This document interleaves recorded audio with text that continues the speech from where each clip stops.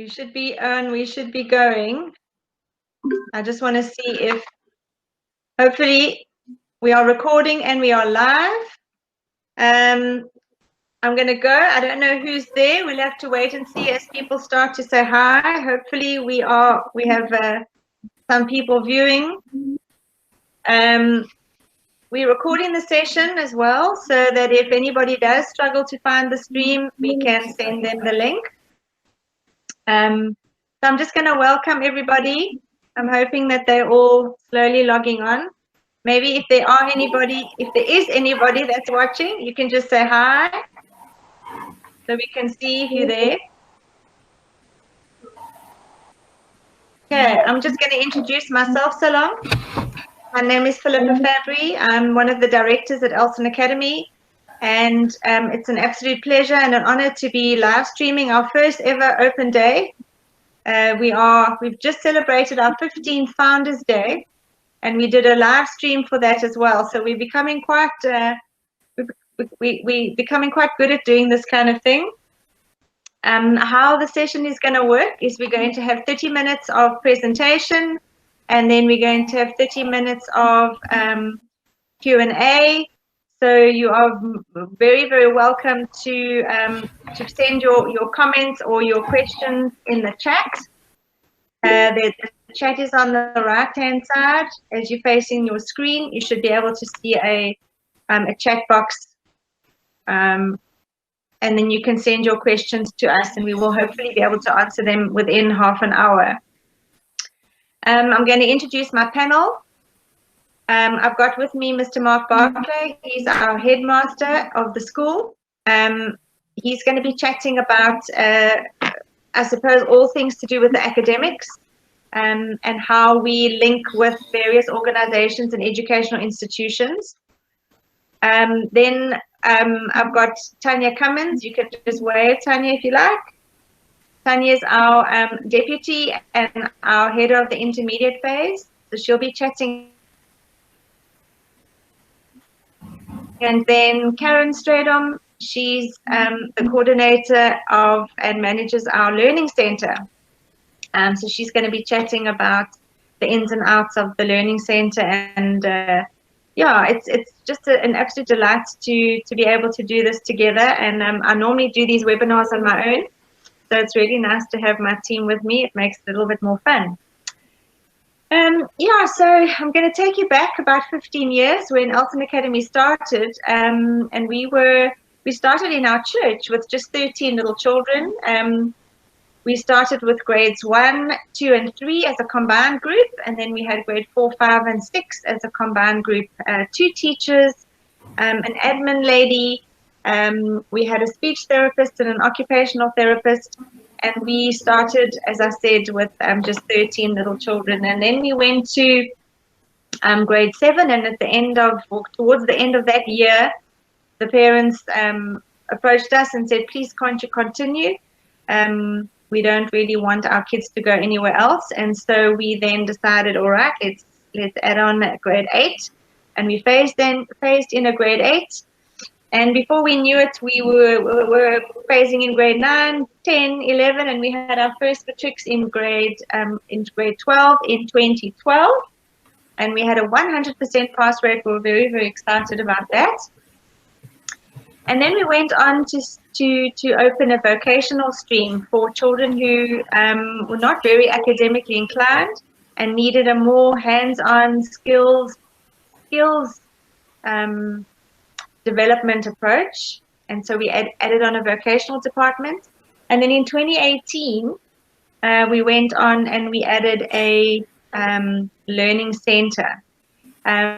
So we are very we've got 4 departments, you could say. We've got the primary school, the high school, vocational phase, and the learning center. And that's basically Elsen Academy in a nutshell. 4 schools in one, we like to call it. So I think I'm going to hand over to Mark now. He's going to just chat a little bit about the high school. And yeah, Mark, over to you. Thanks, Phil. Firstly, thank you for putting this together again. I know you work tirelessly behind the scenes in promoting Elsen, and you do a wonderful job. So thank you for putting this together. Just to make sure, are you guys can all hear me clearly? Yes. Great. Okay. So just from my side, my name is Mark Barclay. As Philippa said, I'm the headmaster, or the very proud headmaster of Elsen Academy. I have been now, this is my 11th year, but I also go back a long way with Philippa, as my son was also a founder member of Elsen, and he was one of the first 13 children that started Elsen way back in January of 2006. So I initially started as a parent, but immediately saw the benefit of what was happening at Elsen and how it was transforming the life of my own son. And it became a natural progression for me to be drawn closer and closer. As Philippa drew me in, unbeknown to me, I think she was reeling me in. She had already cast her line into the sea and was slowly reeling me in. But I must admit, it's been 10.5 years of a wonderful experience for me. And each day as I drive to work, I'm extremely proud and privileged to be able to work at a school like Elsen. But just to share from my side, Elsen doesn't operate in its own little vacuum. We are obviously part of a broader community and a broader network of independent schools. We belong to ISASA, ISASA, which stands for Independent Association Independent Schools Association of South Africa. It consists of around 960 schools. So it's a very, very big organization, and obviously having a big organization around you and with you, you are able then to tackle problems. And when I talk about problems, it's obviously the Independent Schooling Association itself, that we like to believe that we are independent, but obviously we do face government restrictions and interference every now and then. But in our sphere, in the independent school sector, we find less of that.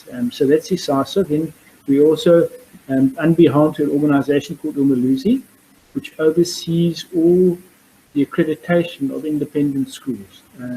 It's a vigorous process. It also costs a lot of money, but it takes a lot of time to actually receive a full accreditation from Umuluzi, and we have received ours. So we've gone through that vigorous process of making sure that we are benchmarking ourselves properly, that we have the proper facility, proper policies in place, and that we operate above the law and in accordance with the rules of the land. So it's something that we are obviously very proud of, and it's something that we've even added to our letterhead to show how proud we are of the fact that we have gone through that process. Then from an exam point of view, and if I jump quickly to the grade 10s to 12s, we are aligned with an organization called Sakai, which is an independent body that sets exams. So in South Africa, you basically have the government exam, then you have the IEB exam, and then you also have Sakai, which is an independent examination body. We then write exams through them, and we obviously follow all their protocols that they subscribe to, but it's much the same as what the government and IEB does. Now, let me just say that if you write the IEB exam, or you write the Sakai exam, or you write the government exam, at the end of the day, you are getting exactly the same certificate. The certificate is not given to us by Sakai, it is given to us by Umuluzi, as they oversee the examination process. Our grades 1 to 9, they follow the CAPS curriculum, so we are fully compliant regarding the CAPS curriculum. So our children would follow the exact same curriculum as any other state school in the country. We are aligned with the CAPS curriculum. So children that come to us obviously are able to slot in because we're doing exactly the same, and likewise children that might leave us for whatever reason, they are able to go back to schools and fit in quite comfortably with what's happening at those particular schools. In an ideal world, we would be able to sit face to face in my office, and we'd be able to talk, and I would be able to share with you all about Elsen, but we obviously can't do that. But some of the discussions that I have with parents when they're contemplating coming to Elsen is some of the things that I stress, that this is a 50-50 relationship. We as a school can do our 50%, but we do expect parents and of course their children to then do their bit as well. If we add the 50 and the 50, we get 100. If there's only one part unit, we're only getting the 50. And that is the bottom line. Those of us who have been teaching at Elsen for a while now can immediately see the parent that is engaged, the parent that is supporting the school, and we almost daily see the progress that is taking place with their children, when they are supporting the school lock, stock and barrel. And obviously it makes our hearts glad when that is happening, because then we know that the progress that is happening is coming from both sides and we're all in this together. So it is a wonder, and I must say that the vast majority of our parents are very engaged, and they fully support the school. There are obviously those that we would like them to do more, but we obviously work hard with them in making sure that their kids stay up to date with everything that we have to offer. The school fees of Elsen, like an independent school such as ours, it does cost a lot of money, sure, and in these times it's even more difficult. But then it's all relevant in the sense that because we're a special needs school, we want to keep classroom size small. So we have a maximum class size of 14, which means that cost then comes with obviously a premium. Our teacher-pupil ratio is 1:6. I want to repeat myself, 1:6. You're not hearing me incorrectly. So for every 6 children, we have an educator. And that obviously does come with a cost. But then that's what you're looking for. When you arrive at Elsen, you are looking for your child to receive that individual attention, where teacher-child can work closely together. And obviously that would come at a more higher cost than what you would get at a bigger school. We are big on concessions, and as we move through the grades, we offer more and more concessions. So most of our children have some sort of barrier to learning, and we like to refer to it as a barrier because you can break through a barrier, you can live with a barrier, we can teach you skills to live with a barrier. So it's a reader, a scribe, a small venue, any form of concession that your child might need. And we go through the legal route again. So it comes via an educational psychologist a grant, and that we apply then to the various our examination body, SACA, and we then granted officially those concessions. And once we've granted them, then they are there basically for the duration of the child's school career, which is obviously wonderful. So children, typically such as ours, they find it very difficult to read and write at the same time. It's just their process is a little bit slow. So if you are able to sit and you talk to the person who's writing your exam for you, that chain of thought can come much easier. And why not give a child a concession when they need that concession? Our subject choice is limited, and again it's limited because of the numbers in the class. You will appreciate that it's not possible to offer a wide variety of subjects and then have one child take a subject and one other child take another subject. It's just not financially viable to do that. So we offer English Afrikaans, life orientation, and maths literacy. Okay, we don't offer maths core. Then we offer CAT and tourism as compulsory subjects, and then we offer business studies and consumer studies as the alternative. Now let me just share with you very quickly, and I know Philip only gave me 10 minutes, so I'm going to be very quick, why we chose those subjects. We've over 5 years, as Philippa said, in 2012 when we had our first weekly class, we've now done research, and I must say there's not only 2012, we've had 100% pass rate for every single year that we've had a matric class, which is no mean feat, and some excellent results with children getting university passes and children going on to do master's studies. So, the sky is the limit in terms of not putting a limit on children's ability to learn. But getting back to the subject choice, our aim is to try and get the children to university. So once you're at university and you've got that university pass, then it's easy to sit at the university and say, what would I now like to do? But you've got to get to university first. And the university pass rate requires that you get 4 times 50%, the 4 subjects at 50%. And we find why not choose the easier, not easy, the easier subjects that will allow you then to get that university pass. And rather than choosing more difficult subjects that are obviously not going to allow you to get the university pass. So that's why we've chosen those particular subjects. But it's not just thumbs up. We've obviously based that on past research from previous years now that we've got behind us. Quickly, so, and then my last point is what we are not. Okay, we are not a behavioral school. We are a school that caters for children with special needs, but we're not a behavioral school. You will agree with me when I say that having disruptive children in class infringes on the life and the rights of those in the class already. So I'm particularly strict on obviously from the behavioral point of view, but I do it in a loving and kind way. But we will screen children for behavioral issues to make sure that the teacher's job in the class is teaching and not having to worry about behavioral issues. So that is something that we are not, and that we are obviously quite strict on. Phil, I think I've covered everything. Hopefully I wasn't too far over the time, but yeah, back to you. No, that was perfect. Thanks, Mark. Tanya, I'm going to move on to you now. Thank you. Good evening, everyone. I'm Tanya Cummins. I'm the Deputy Principal at Elsen Academy and also the HOD of the intermediate phase. I've been given the task of talking about our junior school, which we like to call it, and as Philippa mentioned, the primary school. It is, as Mark said, an academic stream, so we are following the CATS curriculum, and we comprise of the grades 1 to 7. So we are barriers to learning school. We accommodate the emotional, social, and academic needs of those learners. We do this by having small classes with no more than 14 in a class. As Mark said, we are not a behavioral school, so we are very good at facilitating and remediating within the classroom. Our foundation phase, our grades 1 to 3, we have the head of the phase, Ms. Jeanette Maxwell. She has 4 teachers in her phase. She teaches grade 1 herself. She's very kind and caring, a real mommy figure. We'll absolutely love her if we've got little ones that are coming into school. The foundation phase teachers are so dedicated, so kind. They put everything, heart and soul, into teaching the little ones. And they are just such creative people themselves. They have dress-up days, they have outings. Sometimes they come to school, they're all in their pajamas. It's just a very fun phase, and the kids are able to learn just through integrated lessons and creative side of the teachers. Both the foundation phase and the IP are following the CATS curriculum, which allows for a whole school experience. In the IP phase, we are 5 teachers. I am the head of the phase, and then I have 4 class teachers. We all subject teach, so the children don't stay in one class all day. As teachers move, or we stay in a class and the learners move class to class to the different teachers for their subjects. We just feel that a lot of the learners with barriers need to move regularly. They need a different teacher. They need to interact with different people.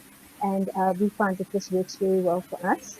When I say a whole school experience, we are a normal school, just like any other school out there. We have assemblies every Friday. We get together. The second Friday, it's the whole school. Our phase has this assembly in the interim and other Fridays. We wear a uniform. Our little grade 4s can't wait to get to grade 4 so they can wear a blazer. We have a concert every year. The grade 1s to 7s put on a concert. Absolutely phenomenal. Just seeing little children that aren't able to perform in the classroom, but they get up on the stage and they just want to show mommies and daddies what they can do. We have sports days where the whole school is included. We have sport after school. We have phys ed during school. We have outings at least once a term. So really, it's just like any other school. We have a tuck shop with a tuck shop lady, and we have a bell that we have to follow for grades 4 to 7. The foundries obviously don't follow those rules, but it's really just a normal place to be. In the intermediate phase, grades 4 to 6, we follow the CAPS, the normal 6 subjects. We have English, Afrikaans, Maths, our SS, which is History and Geography, NS, your old Biology and Science, and they're built in a bit of technology, and Life Orientation, which is Art, the Phys Ed, and the Life Sciences. When the children get to grade 7, we are then part of the senior phase of the school, which is part of grade 8 and 9 in this high school. We try, or we think we do, put a very lot of effort into training our children to be ready for the high school. So we want to actually give them the life skills to cope in a grade 8 classroom, maybe thinking a little bit more creatively, adapting the knowledge to suit different situations. In grade 7, they pick up more subjects. They have to do EMS, they do technology, they do art and drama. These are all new for them, and they're going to carry them through to grade 9. As a phase, grade 4 to 7, we also expose our children to a program called Knowledge Network. Knowledge Network is a program for all ages. It's to teach children about using the computer and how to use technology. They're exposed to programs like Word and Excel and PowerPoint, and it's a progressive learning program, and the kids have a lot of fun doing that. We use different programs within our phase and the foundation phase to enhance our learning experience. The foundation phase uses a program called Reading Aids. So this is to help our reading. It's a learning to read program where the learners are engaged with online reading and lots of activities and games, lots of phonics, blending words and putting words together to form sentences. And then the intermediate phase and the senior phase use an extension of this called Reading Express. And it's a reading program where we're building comprehension and we're improving literacy and spelling skills. So we expose our learners to lots of different tests and games and things through this program. In the foundation phase, we use a program called Math Seeds as well for core math skills, for problem solving skills, and this is provided to interactive lessons where the learners actually think they're just playing little games, but actually interacting with the computer and able to work out problems for themselves. Grades 4 to 7, we use a program called Mathletics for the maths. It's also linked to our curriculum. Our teachers are able to assign activities, they're able to download activities, they're able to print workbooks from it.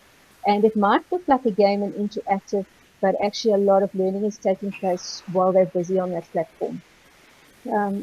The foundation phase, also you'll see if you ever come visit the school, they have NeuroNet in the mornings, they take over the hall, and they all learn through movement. So they step up on stools and they lie down flat and they hop and they do all sorts of things. And they learn new skills because it's based on a program that new skills are learned through movement, and the neurons in our brains connect, and through the connections, new pathways are formed and strengthened and making new neural networks. So we've had quite a lot of success with the kiddies doing that. Homework in our phase, grade 4 to 7, is quite a big thing. We have a homework policy, so we don't just allocate homework willy-nilly. Homework is allocated on the fact that English, Afrikaans, and maths is sort of a daily task. Either you'll have spelling, or you'll have reading, or you'll have a maths activity. And any work that is not able to be completed during the day by the learners in class will be allocated for homework. Although saying this, it's not given to everybody. Every learner in our school is different because they have different barriers. We have 14 learners in a class. Some learners might just progress slower than others. We are still then able to adjust our homework policy according to what our learners have. Our phase, the InterCent phase, grades 4 to 7, we offer concessions for our learners. So it's the first time the grade 4s write exams. Then they come in and they're not very strong in their skills in reading and writing. So we tend to use the iPads within our phase, a lot of technology going on. And we put up all our exam papers and tests on the iPads. We have a voiceover from the teacher, and we're able to then read the paper, or the child is able to push a little button and have the paper read to them as many times as they want it. The concessions that we talk about would be things like a reader and a scribe, where we would take a child out, we'd read the paper to them, and we would actually scribe down their oral answers. We have something called a prompter, where we will prompt a child, come on, can't you fill in an answer? Let's see if we can find an answer to that. Move on, let's see if you've been sitting on that answer for 10 minutes. Let's see if we can complete the paper. We sometimes have to offer a child a small venue because of anxiety. We also sometimes offer children extra time. They want to write the paper themselves, but they're not able to complete it in the allocated time. And sometimes all it takes is just an oral check, just going through that paper and rereading the questions, saying, you wrote this, do you agree with what you've written? And often they're able to just fix an answer very easily. I'll see what else. Okay, our phase, we also have a large percentage of learners at school that require medication. We're able to give them medication the morning before school. Obviously, it's supplied by the parents, and we're able to give them a top-up later in the day, just to make sure that the learning can take place on the platform that they need. Then also, we have a therapy department at our school. It's headed by our Senko, Lisa Stephen. Within her department, she has 2 registered counsellors. They work on site free of charge, and they take the learners from the classroom. So they should come to the classroom door, they collect the learners, they go for a counselling session, and they deliver them back to class. They do counselling with our learners from grade 1 to grade 12. So really an essential part of the emotional side. So often academics can be very overwhelming. We also have an occupational therapist and a speech therapist on site for the learners that require that. Mostly it's our foundation phase learners that make use of that, but we still do have a few in the intermediate phase that do need to use that. I think if I look overall at Elsen, our biggest asset at Elsen is our teachers. They're just so kind, they're just so caring, and they always go the extra mile for our learners. So Elsen strives to create a positive environment. So if you're looking for somewhere that's positive for your child and that you want to see a smile on your child's face when they come home from school, I think you'll be hitting the right place. We aim to help learners gain confidence and then believe in themselves. I really believe that if a child has confidence to do something, and I know most times that they don't want to make a mistake, but mistakes are just proof that you're trying. And all we ask from our learners, doesn't matter what phase they're in and what class or grade they're in, is that they try and that they give of their best. So I think at the end of the day, Elsen is just one big family. Doesn't matter where you sit. The teachers and the learners, we support each other, we're there for each other, and we just make the best of what we were given, what talents we have, and we just put it all out there and just give it back. And I think that sums up sort of the primary school and a bit of Elsen as well. Thanks, Tanya. Yeah, that's definitely the family atmosphere and the sense of community, and just so many being away from school with the lockdown and having our kids slowly coming back and just seeing how excited they are to come back. I think that just says such a lot about our school. I'm going to bring Caron in now. She's heads up our Learning Centre. So Caron, I'm going to hand over to you now. Thanks, Philippa. All right, so our Learning Centre, I think the best way to explain what the Learning Centre is about is it's a home school that's not at home. So we're working with an online platform where the kids can then finish and complete their curriculum, but they're not having to do it at home with mom and dad like they have been during this lockdown period, I'm sure.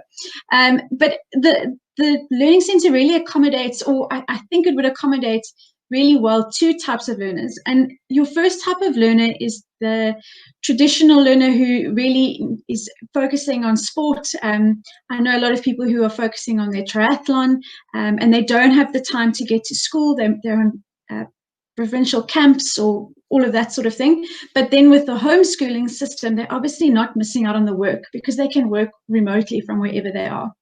So that's the one type of learner. The other type of learner is one that is just not sort of fitting in with the traditional school system. You know, with all the swapping of classes, assemblies, sports, societies, it's just one who sort of needs to move away from that and just quieten their minds and work at their own pace. And that's really what's special about the Learning Centre, is that even though we are coming into a environment where we are a group of people, you still can work at your own pace. Because everything is online, we work through a platform called Think Digital College.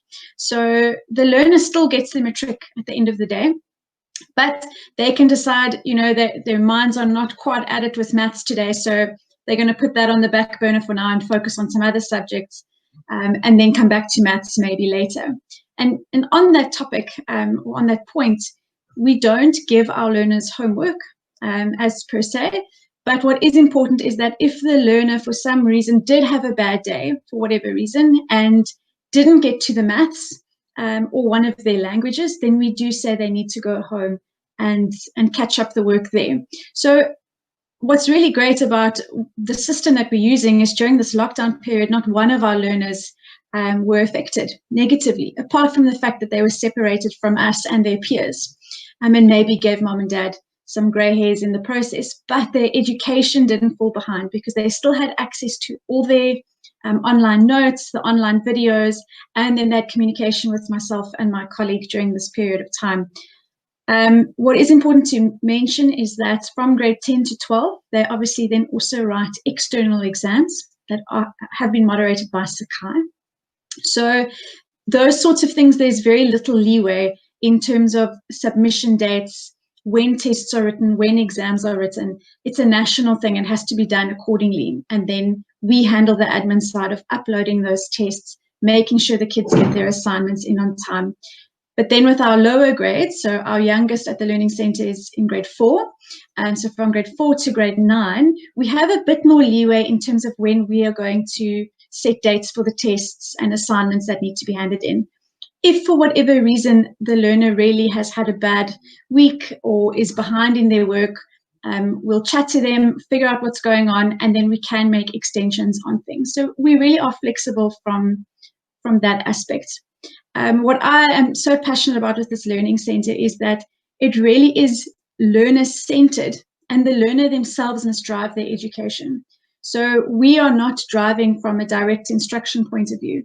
If the learner is stuck with the work or a section or content that they're busy dealing with, then that's where we can step in and actually give them a lesson on that particular section of work. But what's great is with our youngest being in grade 4 and our oldest being in grade 11, we have this blended classroom setup. And it's really amazing to see how the older kids take care of the younger kids, and the younger kids then learn from the older kids.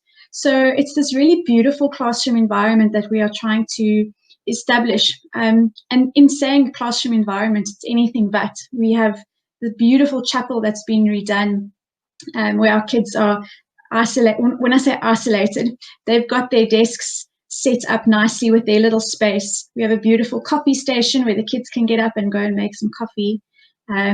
They don't have to come to school in a uniform, so they can come in civvies. We don't have assemblies. So we really, our time, because we don't have all the distractions that come with a Model C school, our day is then also shorter. So our start time is at 8 and then we end at 1. So we really are, when we're there, we're focusing on getting the work done. So almost, ticking the boxes of making sure we are sticking with the curriculum. But at the same time, we are then allowed the freedom of connecting with these kids on a one-on-one level and figuring out what is it that they want to do with their future. How can we help them? What sort of workshops can we provide for these kids that they're learning? And not just simply going, I've got my matric certificate. We really are looking at a holistic approach with the students. But what is really important is that we have the parents on board. Like Mr. Barclay said, it's a 50-50 relationship. But if we don't have parents on board with what their kids are doing, then, especially if the child is working from home for whatever reason on that day, it's very difficult for us to then see exactly what has been covered and what has been done. So we have a very open door policy where we communicate regularly with parents if there's any questions or queries.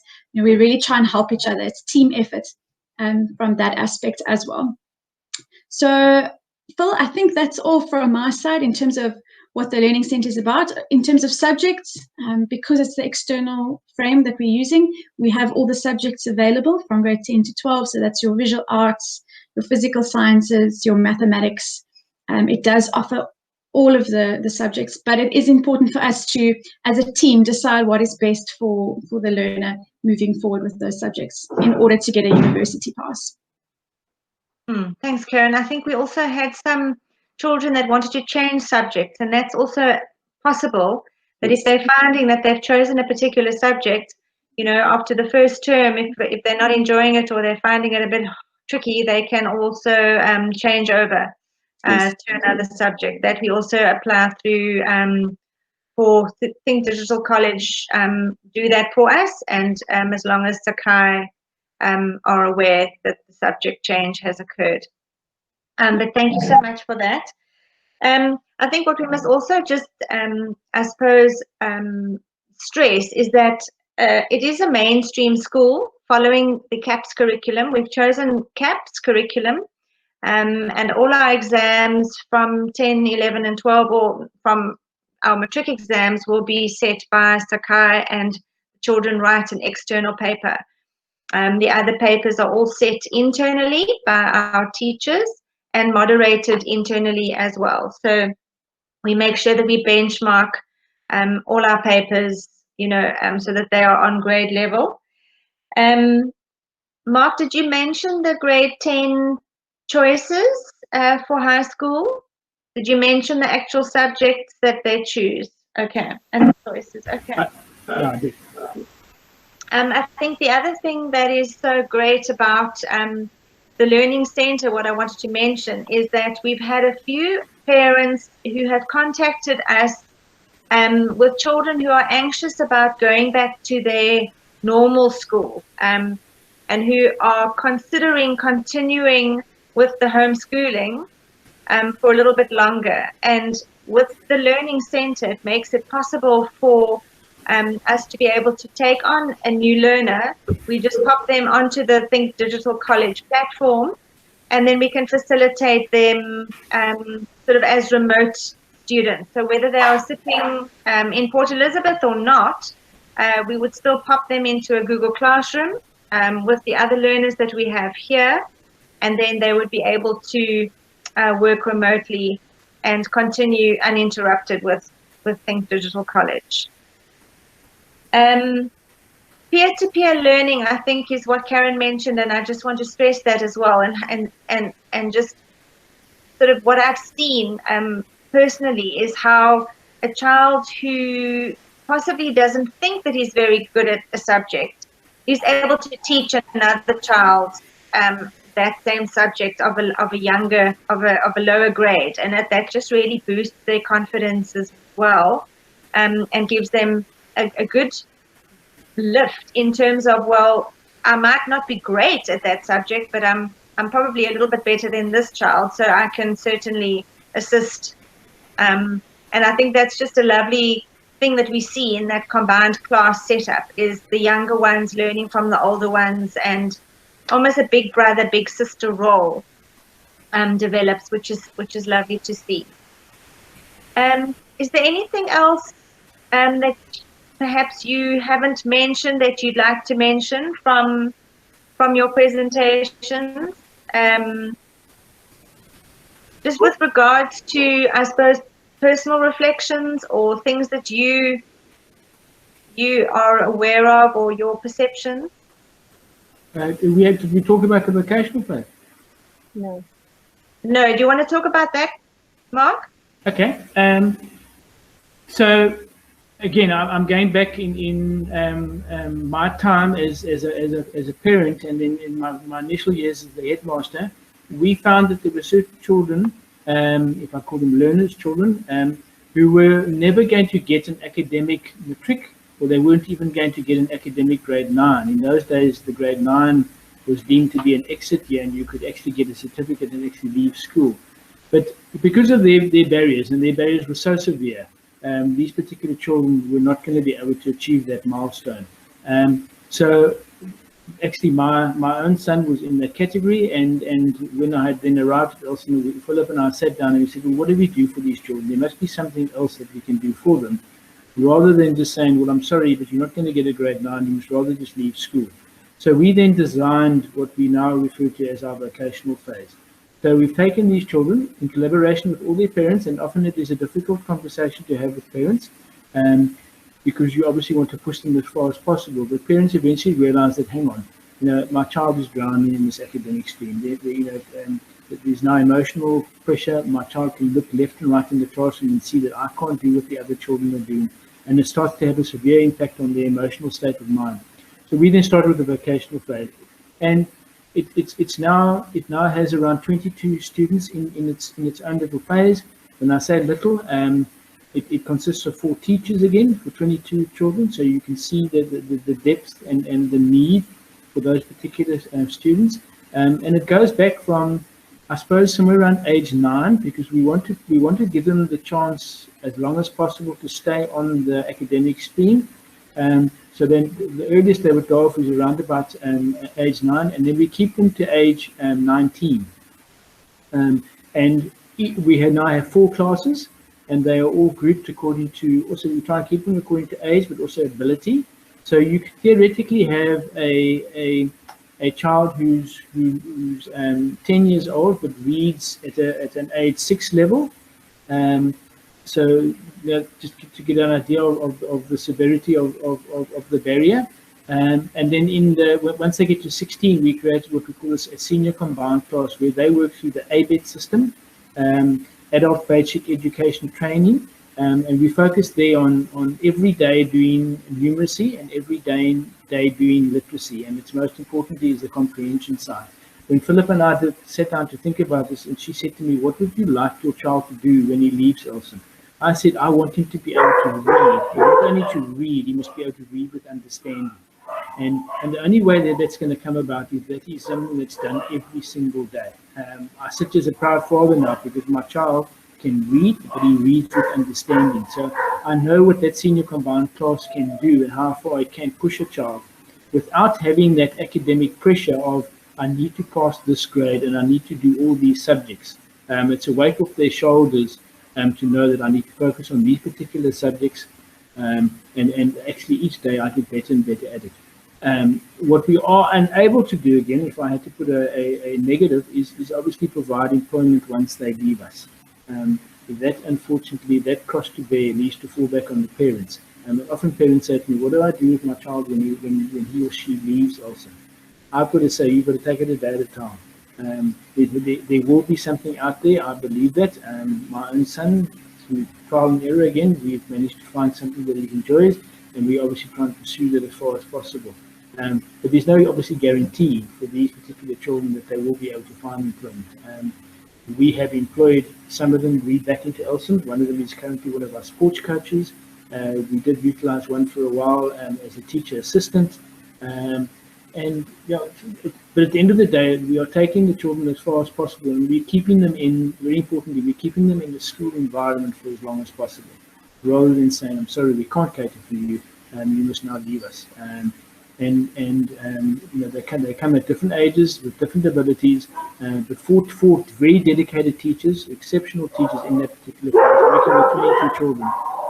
So it really is a one-on-one situation. They do things like cooking, gardening, so we bring in the life skills part into it, and try and make it a more rounded education rather than just focusing on academics all the time, because academics is where their weakness is, so let's try and bring in things where they can find a strength.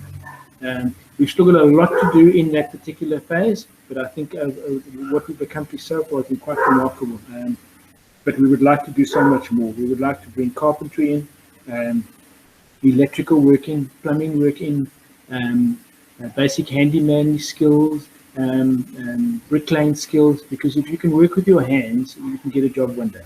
And that's ultimately our aim, is to teach these kids you know, a skill that they will be able to earn a living one day, and therefore be a functionary adult in our society.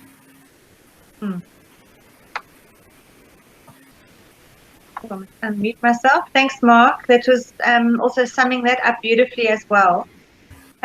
As I was sitting here, I was just thinking, we didn't mention anything about our iPads, our iPad libraries that we've been able to develop. Tanya, I don't know if you want to chat quickly about the iPads and how you use the iPads in the intermediate phase, because yeah, you've embraced that so beautifully.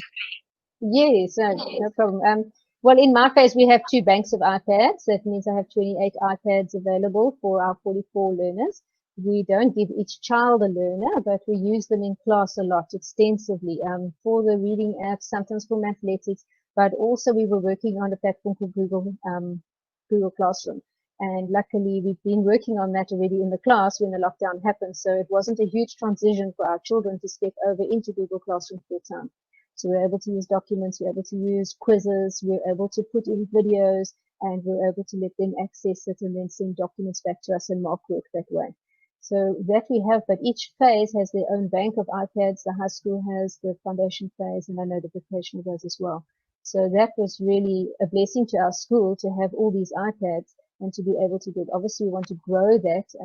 The high school learners are able to bring devices to school. They have laptops and iPads themselves. But within my phase, I would like to grow the iPads more. But we use them quite extensively, and especially during exam time. Yeah, I think for exam time, what we've done is we have put the question papers on the iPads with the teachers doing the questions orally, so that the children can click on the question and it can be read to them with the teacher's voice. So that is one way that we assist children with the reading problem, in that they don't have to read the exam, they can actually read it and listen to the question at the same time.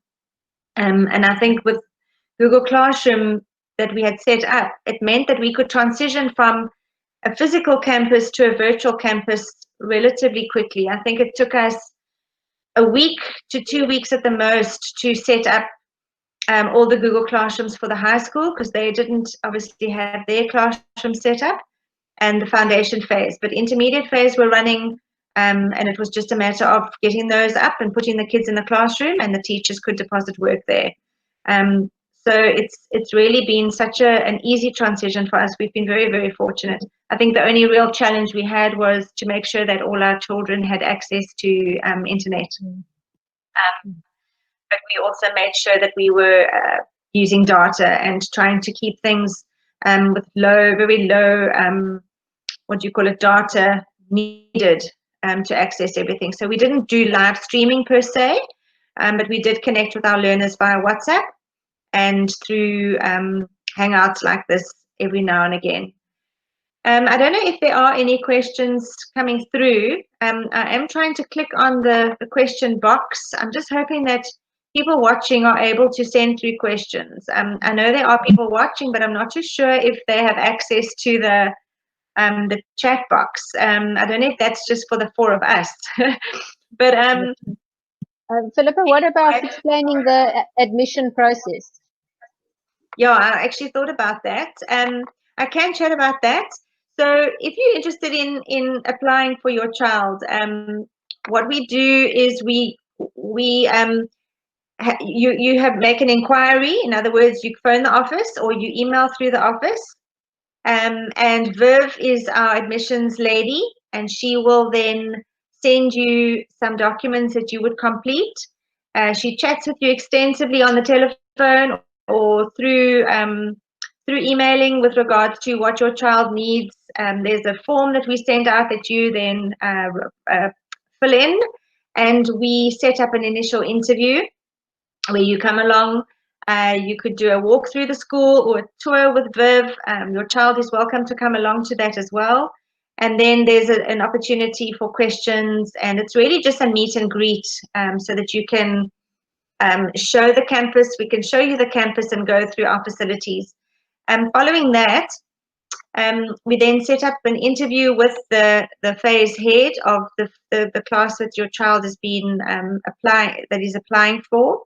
And our Senko and Mr. Barclay, the headmaster, will then sit in on that. And also then it's an opportunity for, I suppose, you as the parent to ask questions as well, and for us to get to know you and your child a little bit better.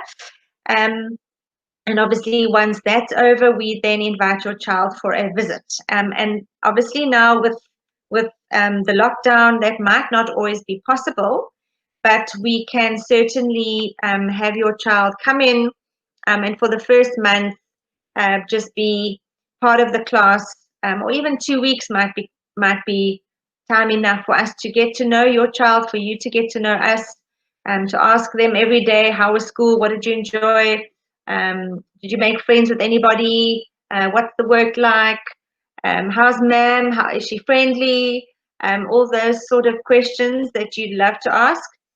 And then we could also then have a follow-up interview after that probation period, and then from there we would then say, we very seldom don't suggest Elsen for your child, very seldom, but we welcome any other suggestions or any other questions that you might have. But it really is just a time for it's a no obligation, or what would you call it, a chance for you to get to know us and for us to get to know you. Obviously, we don't make any promises. We can't wave a magic wand and make all learning barriers go away, but we certainly do try to really level the playing field, and if there are learning barriers, to just try and overcome them as easily as possible. We do call them learning barriers. We don't call them disabilities. We feel that a learning barrier, you can hop over a barrier, you can bash through a barrier, you can crawl under a barrier. It sounds a little bit easier than a learning disability or a learning, yeah.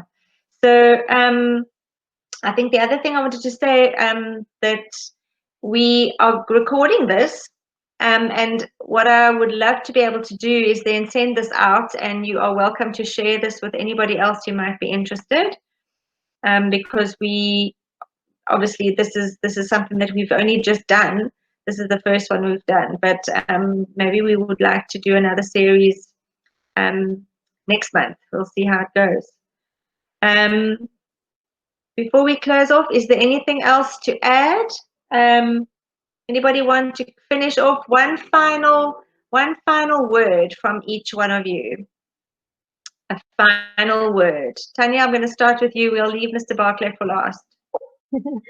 I think to sum it up, Elsen sort of lives up to its motto and sort of no barriers to learning. And I think that's what we do. We leave no stone unturned in trying to let that child achieve and overcome a barrier, whether it's just learning to read, to write, to pass to the next grade, whatever it may be. we will definitely take your child as far as we possibly can. Doesn't matter which stream of the school they're in, that would be our ultimate goal.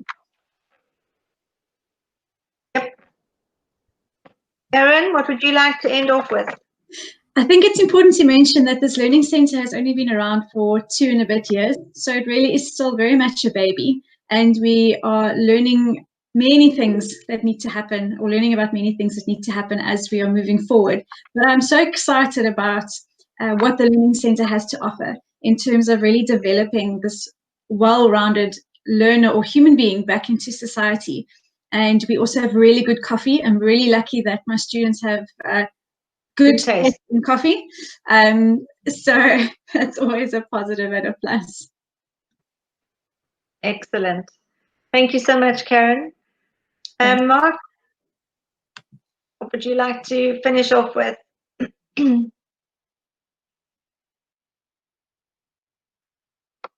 Sorry. Okay. Yes, just one final thought for myself. You know, you guys can, whoever you are out there, you can see us, but I can't see who's there. But my question is, what have you got to lose? If you've come onto this tonight, it's obviously something that's on your heart. It's something that you might be considering. You might be looking for something different. Come and have a visit. Come and meet us. No obligations. You might love what you see. You might not like what you see. But keep an open mind. Come and ask more questions. But I would suggest come during the school day, so that you can actually see the students in the class and you get a feel of the school. Our admissions lady would gladly take you around, like Philippa said. But yeah, just come and see us, and you can then formulate your own opinion. I'm pretty sure you're going to walk away feeling that you'll get a nice, warm, fuzzy feeling about the school, because it is a school that really, really cares and is very child-centered, and we always do what's in the best interest of the child. So thank you for. Also, just to mention, if you want to find us, we do have Facebook. We have a Facebook page. You can you just Google Elsen Academy and our Facebook page should come up there. We also have a website. We have a virtual website on Google Sites, and we also are on Instagram at Elsen School. So thank you so much for joining. I really have enjoyed this time. It's gone so fast. I can't believe we've already filled up 55 minutes. But thank you so much, my team, for joining me this evening. And hopefully we have answered questions, and that we have really just started something amazing with these virtual online, what do you call them? Virtual open days. So we can have many more. So yeah, I'm going to say good night. Thank you so much for joining us, and enjoy the rest of your evening. Bye-bye. Bye-bye.